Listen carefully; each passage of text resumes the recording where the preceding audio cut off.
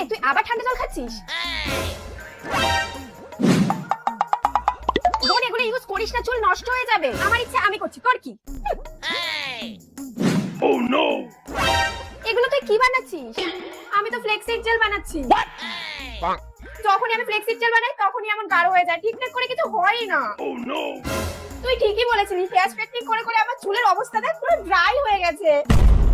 আমি অনেক ভিডিও দেখেছি হেয়ারে ফ্লেক্সিড জেল মাখলে চুল পুরো স্মুথ আর শাইনি হয়ে যায়। তুই চল আমার সাথে। কোথায়? আয় না। এই রে তুই এটা ইউজ কর।